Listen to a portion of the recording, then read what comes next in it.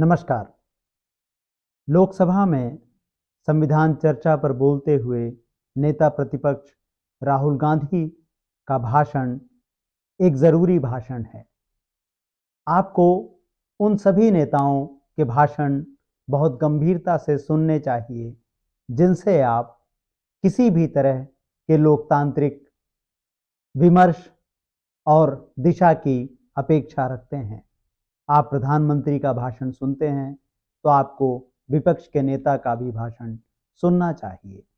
राहुल गांधी के भाषणों में सांप्रदायिकता और हिंसा को जिस स्पष्टता से चुनौती दी जा रही है, भारतीय राजनीति में बीते वर्षों में इस तरह की स्पष्टता की हमने भारी कमी देखी है। खास तौर पर आरएसएस से मुकाबला करने की यह नीति विपक्ष की नहीं देखी गई है। आरएसएस को मोटे तौर पर इग्नोर किया गया, सांप्रदायिकता से सीधा मुकाबला करने से बचा गया कि कहीं हिंदू वोटों पर उसका प्रतिकूल असर ना पड़े, जिससे हिंदुओं में नाराजगी ना हो। एक बड़ा तबका ये मानता है कि इन सभी विषयों पर चुप्पी रखी जानी चाहिए, सोची समझी चुप्पी। लेकिन राहुल गांधी जैसे इस पूरी राजनीतिक प्रक्रिया से उलट चल रहे हैं और उनकी अपनी स्पष्टता है कि किस तरह से सांप्रदायिकता का सीधा मुकाबला किया जाना चाहिए। भारत जोड़ो यात्रा में भी हमने स्पष्टता देखी कि वह कैसे आरएसएस, सावरकर और विभाजनकारी नीतियों पर स्पष्ट रूप से अपनी बात रख रहे हैं। संविधान पर बोलते हुए राहुल गांधी अंबेडकर, नेहरू और गांधी के योगदान से आगे बढ़ते हैं और संविधान की निर्माण प्रक्रिया में कबीर, बुद्ध, महावीर के साथ भारत के अलग अलग हिस्सों के आध्यात्मिक, राजनीतिक और सामाजिक परंपरा से आए महापुरुषों का जिक्र करते हैं, उनके योगदान को रेखांकित करते हैं। राहुल गांधी बार बार इस बात को रेखांकित कर रहे हैं कि भारत के संविधान और मनुस्मृति में इस वक्त सीधी लड़ाई है। आपने उनके सदन के बाहर भी भाषण सुने होंगे जिसमें वह संविधान और मनुस्मृति के संघर्ष की बात कर रहे हैं और बार बार इस बात को रेखांकित कर रहे हैं कि जो संविधान के साथ नहीं हैं, असल में वह मनुस्मृति के समर्थक हैं।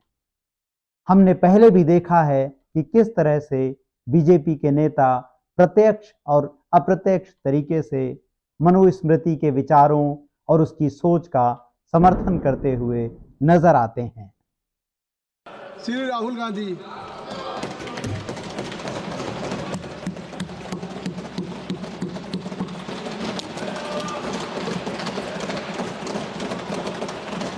Thank you, Speaker Sir, for letting me speak today on the Constitution. Speaker Sir, in my last few speeches, I spoke about the concept of Abhay Mudra, the concept of fearlessness, truth, and non-violence. And I showed the House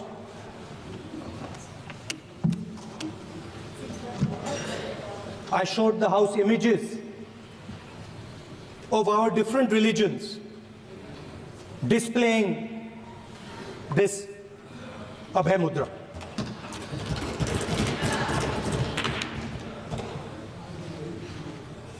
People call the Constitution the longest written Constitution in the world. But the Constitution contains a set of ideas from one philosophy of our nation, one central philosophical set of ideas of our nation. When we look at the Constitution and we open the Constitution, we can hear we can hear the voice and the ideas of Ambedkar, of Mahatma Gandhi, of Jawaharlal Nehru. But where did those ideas come from? Those ideas came from an old, profound tradition in this country. Those ideas came from Shiva, from Guru Nanak, from Basavana, from Buddha, from Mahavir, from Kabir, from a list of people. So when we speak of the Constitution and we show the Constitution, of course it is a document of modern India, but it could never have been written without ancient India and her ideas. So when we look at this Constitution, we remember this list of people, all different variations on the same idea. And in front of us stand the people who follow a very different philosophical tradition. And I want to start my speech. Rahul Gandhi ने संविधान पर अपनी चर्चा की शुरुआत सावरकर के उस दृष्टिकोण से की जिसमें वह संविधान की आलोचना करते हुए नजर आ रहे हैं। राहुल गांधी ने सरकार से सवाल किया है कि उसे बताना चाहिए कि क्या वह सावरकर के इन विचारों के साथ है जिसमें संविधान की कोई स्वीकार्यता ही नजर नहीं आती। आपको याद दिला देना जरूरी है कि बीते 10 वर्षों में सावरकर को लगातार बीजेपी अपने आराध्य की तरह पेश कर रही है। आपकी जानकारी के लिए यह बताना जरूरी है कि सावरकर पर गांधी की हत्या का आरोप था।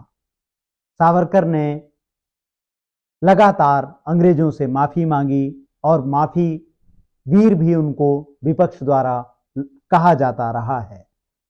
सावरकर के विचार लगातार भारतीय संविधान की आलोचना करने वाले रहे हैं। What the supreme leader, not of the BJP,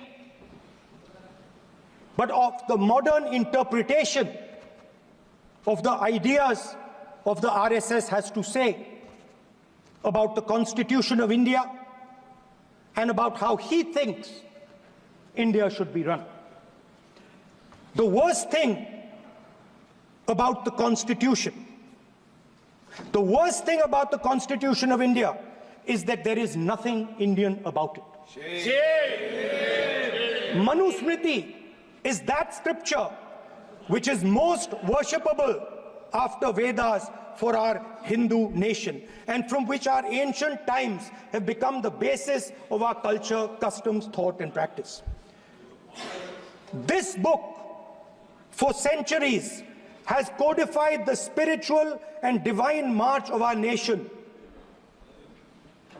Today, Manusmriti is law. These are the words of Savarkar.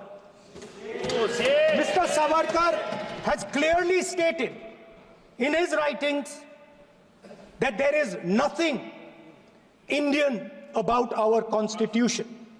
He has clearly stated that the book India is run by should be superseded by this book. And this is what the fight is about. Now, it's nice that all of you are so-called defending the Constitution. But I want to ask you, do you stand by your leader's words? Yes. Do you support your leader's words? Because when you speak in Parliament about protecting the Constitution, you are ridiculing Savarkar, you are abusing Savarkar, you are defaming Savarkar. I'd like to quote also in Hindi. Bharat के संविधान के बारे में सबसे बुरी बात तो यह है कि इसमें कुछ भी भारतीय नहीं है। भारत के संविधान के बारे में सबसे बुरी बात तो यह है कि इसमें कुछ भी भारतीय नहीं है। यह आपके नेता ने कहा था, जिसकी आप पूजा करते हैं। Speaker sir, I described in my first speech the idea of a battle taking place. I described the Mahabharata, described Kurukshetra. There is a battle taking place today in India. And on this side are the defenders of the idea of the Constitution. And from each state we have one. If you ask us Tamil Nadu, we will tell you Periyar. If you ask us Karnataka, we will say Basavana. If you ask us Maharashtra, we will say Phule ji, Ambedkar ji. If you ask us Gujarat, we will say Mahatma Gandhi. आप speaker को You praise these people. You praise these people hesitatingly because you have to. But the truth is that you want India to be run the way it used to be run. जैसे हिंदुस्तान पहले चलाया जाता था, वैसे ही आप हिंदुस्तान को चलाना चाहते हो। मैं बता रहा हूं, आ रहा हूं। पेशेंस रखिए थोड़ी, इतना एक्साइटमेंट नहीं होना चाहिए। स्पीकर सर, जब मैं छोटा था दिल्ली में, स्पीकर सर, दिल्ली के चारों ओर जंगल हुआ करता था। जो आज यहां रहते हैं उनको ताजुब होगा कि एम्स के बिल्कुल बगल में जंगल शुरू होता था। जहां रेलवे म्यूजियम है वहां पे जंगल शुरू होता था। वैसे ही जंगल में, दोनों नॉर्थ और साउथ, वैसे ही जंगल में हजारों साल पहले एक युवा, 6-7 साल का युवा, हर रोज सुबह उठ के 4 बजे उठ के, एक बच्चा, वाह बहुत बढ़िया, एक बच्चा 4 बजे उठ के तपस्या करता था। हर रोज सुबह तपस्या, हाँ, हर रोज सुबह वो धनुष उठाकर तीर कमान चलाता था और घंटे उसने तपस्या की, सालों के लिए उसने तपस्या की।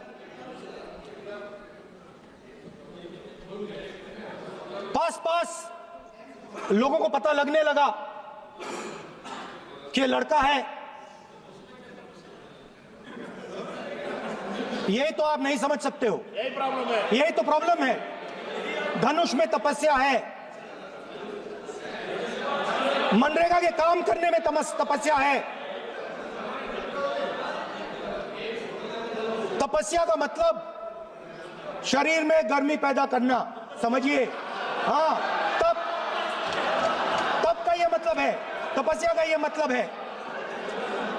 तो यह तपस्या कर रहा था, लोगों को पता लगा और वो गुरु के पास गया। लड़के का नाम एकलव्य था और वो गुरु के पास गया और उसने कहा, गुरु द्रोणाचार्य जी, मैं सालों से धनुष चलाना सीख रहा हूं, मैंने अपनी पूरी शक्ति इसमें डाली है,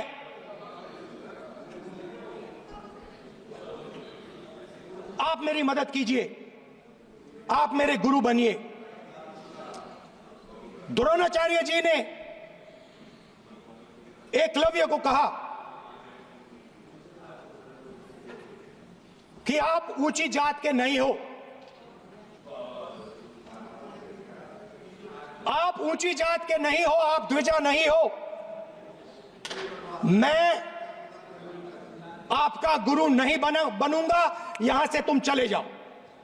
और एकलव्य चला गया। फिर से एकलव्य ने तपस्या शुरू की, फिर से तपस्या शुरू की। कुछ साल बाद द्रोणाचार्य जी और पांडव उसी जंगल से निकले। एक कुत्ता भौंक रहा था, कहानी आपने सुनी है, सुना देता हूं। कुत्ता भौंक रहा था,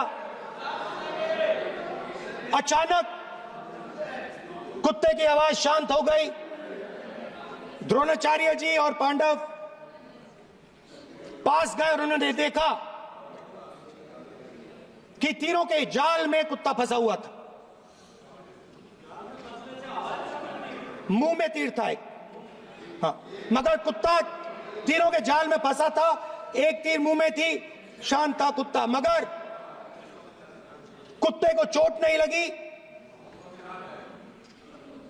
एकलव्य ने अहिंसा के साथ कुत्ते को शांत किया था। द्रोणाचार्य जी आते हैं और एकदम पूछते हैं, तुम्हें यह किसने सिखाया? एकलव्य जवाब देता है, द्रोणाचार्य जी, यह मैं सीखा हूं, मैंने तपस्या की है, घंटों मैंने प्रैक्टिस की है।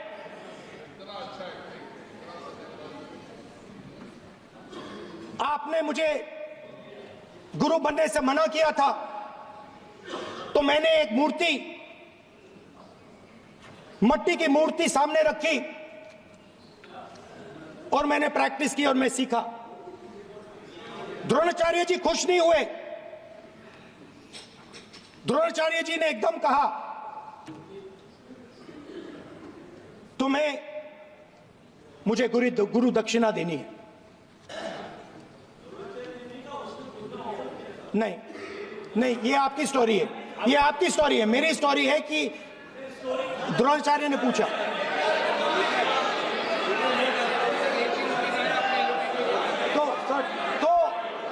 तो द्रोणाचार्य जी ने, Sir, the PM will not speak. You have to understand. If you are not giving order, Prime Minister has to speak. That you have to understand. If you are not giving protection, if you are not giving protection to LOP, then Prime Minister has to speak here. I will tell you. We will be very clear. माननीय सदस्य, आपको मैंने कई बार कहा, आप धमकी शब्दों में मत बोला करिए। एक मिनट क्या थी? द्रोणाचार्य जी ने, कार्य मंत्री बोले, कितना डिस्टर्बेंस कर रहे थे। द्रोणाचार्य जी ने कहा कि मुझे आप गुरु दक्षिणा दीजिए। मेरी स्पीच ले ली आपने। तो द्रोणाचार्य जी ने उनसे कहा कि गुरु दक्षिणा के लिए मुझे तुम्हारा हुनर, तुम्हारा भविष्य, तुम्हारा अंगूठा चाहिए। और एकलव्य ने अंगूठा काट के द्रोणाचार्य को दे दिया।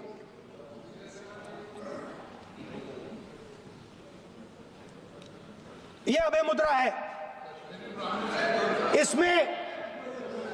इसमें कॉन्फिडेंस, स्ट्रेंथ, निडरता कहां से आती है? हुनर से आती है, इस अंगूठे से आती है। ये लोग इसके खिलाफ हैं। जैसे द्रोणाचार्य जी ने एकलव्य का अंगूठा काटा, वैसे ही आप पूरे देश का अंगूठा काटने में लगे हुए हो।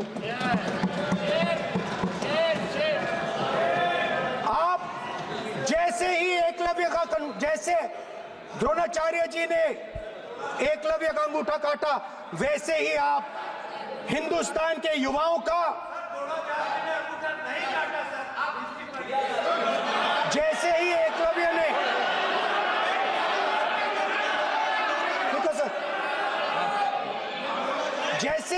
जैसे एकलव्य का अंगूठा काटा गया, वैसे ही आप हिंदुस्तान के युवाओं का, सबका अंगूठा काटते हो। जब आप अदानी जी को धारावी देते हो, तो आप धारावी के जो एंटरप्रेन्योर्स हैं जो स्मॉल एंड मीडियम बिजनेसेस है उनका आप अंगूठा काटते हो। जब आप हिंदुस्तान के पोर्ट्स, एयरपोर्ट्स, डिफेंस इंडस्ट्री, ये सब जब आप अदानी को देते हो,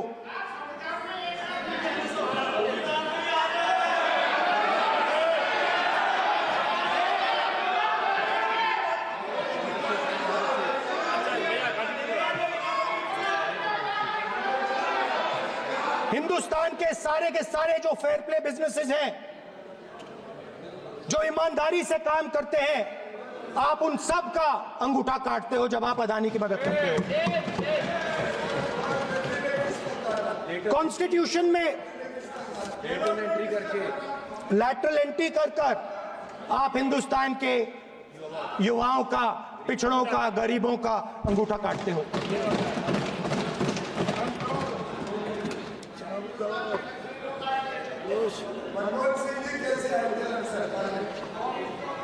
सर, स्पीकर सर, जैसे एकलव्य ने प्रैक्टिस की थी, वैसे ही हिंदुस्तान के युवा सुबह उठकर 4 बजे उठकर अलग अलग एग्जाम्स की तैयारी करते हैं।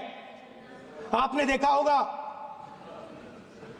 पहले हजारों युवा सुबह उठकर रनिंग करते थे, वेट ट्रेनिंग करते थे आर्मी में जाने के लिए। जब आपने अग्निवीर लागू किया तो आपने उन युवाओं की उंगली काटी।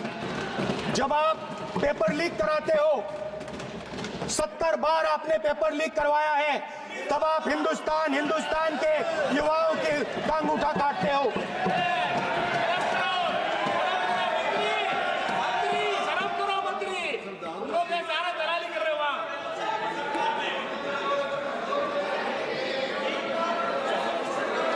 आज बाहर, दिल्ली के बाहर आपने किसानों पर टीयर गैस चलाया है, आपने किसानों पर लाठीचार्ज किया है। किसान आपसे एमएसपी मांगते हैं, सही दाम मांगते हैं, मगर आप अदानी को फायदा पहुंचाते हो, अंबानी को फायदा पहुंचाते हो और किसान का अंगूठा काटने का काम करते हो। देखिए, हम कहते हैं अभय मुद्रा, हम कहते हैं डरो मत, आप कहते हो हम आपका अंगूठा काट देंगे। ये फर्क है। एक तरफ कौन सर बोलिए। मेरे कहना है कि हम एक मिनट प्लीज बैठिए, आप बैठिए, प्लीज बैठिए, आप बैठिए। आज हम भारत के संविधान की 75 वर्ष की गौरवशाली यात्रा कर रहे हैं और कर भाई ये चर्चा हुई थी कि हम संविधान की चर्चा करते समय उसकी उच्च कोटि की ये अपेक्षा है। आप स्पीकर सर, आप राष्ट्रपति नहीं है। कॉन्स्टिट्यूशन में कहीं नहीं लिखा है कि मोनोपोली होनी चाहिए। कॉन्स्टिट्यूशन में कहीं नहीं लिखा है कि पेपर लीक होना चाहिए। कॉन्स्टिट्यूशन में कहीं नहीं लिखा है कि अग्निवीर होना चाहिए।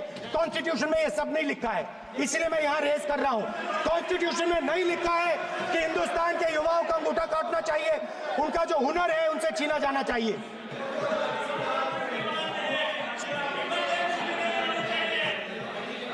बैठे कर रहे हैं सर, 5 बजे अब भी बैठे करेंगे। अब कुछ नहीं बोलना है उसको। 5 बजे देखिएगा, 5 बजे देखिएगा क्या करते हैं। स्पीकर सर, मिलेगा। मैं कुछ दिन पहले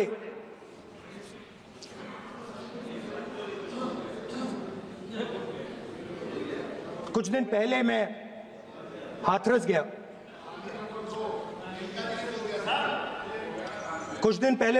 गया। हाथरस में 4 साल पहले एक लड़की का बलात्कार होता है। गैंग रेप होता है। 3-4 लोग गैंग रेप करते हैं। मैं 2-3 दिन पहले उस लड़की के परिवार के घर में गया।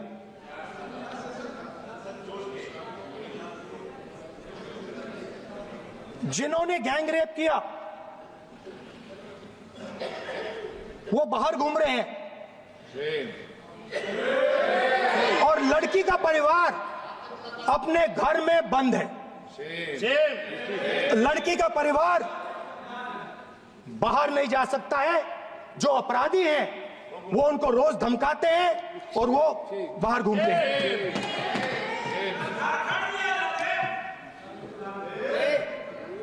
परिवार ने मुझे बताया कि बेटी का जो अंतिम संस्कार था वो भी नहीं करने दिया और चीफ मिनिस्टर ने इसके बारे में खुलकर मीडिया में झूठ बोला है। ये कॉन्स्टिट्यूशन में कहां लिखा है? ये कॉन्स्टिट्यूशन में कहां लिखा है कि जो बलात्कार करते हैं वो बाहर रहे और जिसका रेप हुआ है, जिसके परिवार, उस परिवार को बंद कर दिया जाए? कहां लिखा है कॉन्स्टिट्यूशन में? ये आपकी किताब में लिखा हुआ है, मनुस्मृति में लिखा है, मगर कॉन्स्टिट्यूशन में नहीं लिखा। और अगर आप कहते हो कि यूपी में आपका राज है और वहां पे कॉन्स्टिट्यूशन नहीं लागू होता है, वहां पे मनुस्मृति लागू हो रही है।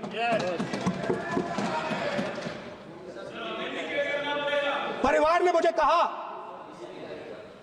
ने मुझे कहा कि यूपी की सरकार ने उन्हें वायदा किया था, कहा था कि हम आपका रिलोकेशन करेंगे, आपको कहीं और रहने की जमीन देंगे। आज तक 4 साल हो गए हैं, आज तक उनका रिलोकेशन नहीं किया गया है। और हर रोज उन्होंने मुझे फोटो दिखाई, वो बाहर निकलते हैं और जिन्होंने बलात्कार किया वो धमकाते हैं उनको। तो मैं इस हाउस में कहना चाहता हूं कि अंबेडकर जी के संविधान वाले लोग, इंडिया गठबंधन वाले लोग, हम सब मिलकर उस परिवार का रिलोकेशन हम करेंगे अगर आप नहीं करोगे तो। और हिंदुस्तान के हर गरीब व्यक्ति को हम ये कहना चाहते हैं,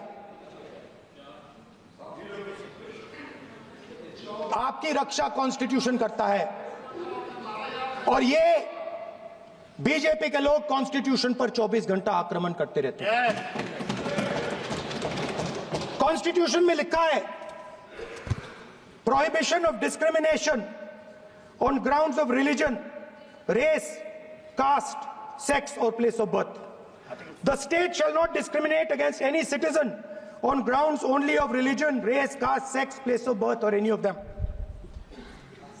Some days back,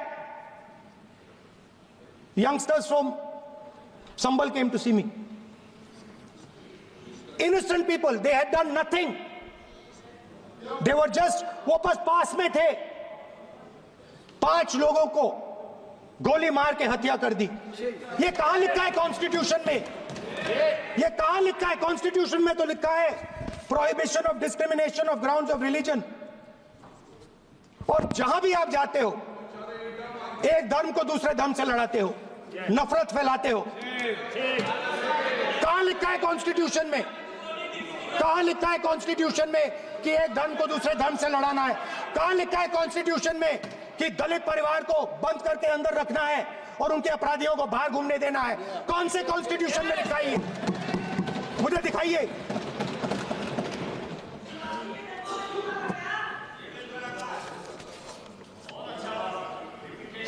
speaker sir,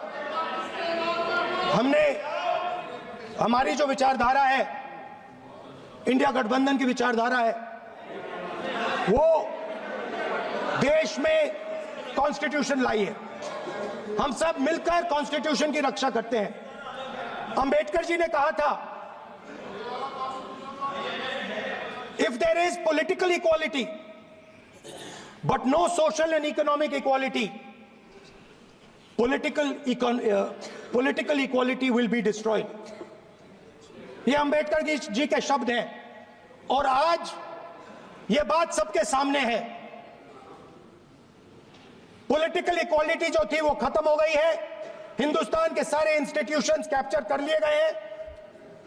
social equality नहीं रही, फाइनेंशियल इकोनॉमिक इक्वालिटी नहीं रही।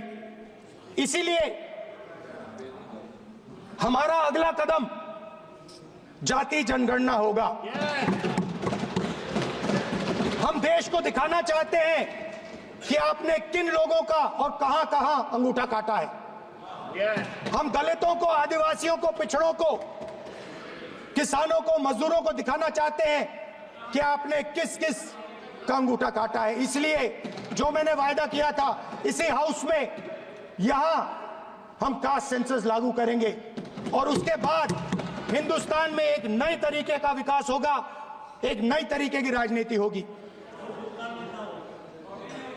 जो मैंने पहले कहा था, जो आपको अच्छा नहीं लगता है, 50% रिजर्वेशन, उस दीवार को हम यहां तोड़ेंगे। 50% रिजर्वेशन की दीवार और जाति जनगणना हम यहां करा के दिखाएंगे। आपको जो कहना है कर लो, कह लो। स्पीकर सर, बहुत बहुत धन्यवाद। आपने राहुल गांधी का पूरा भाषण सुना।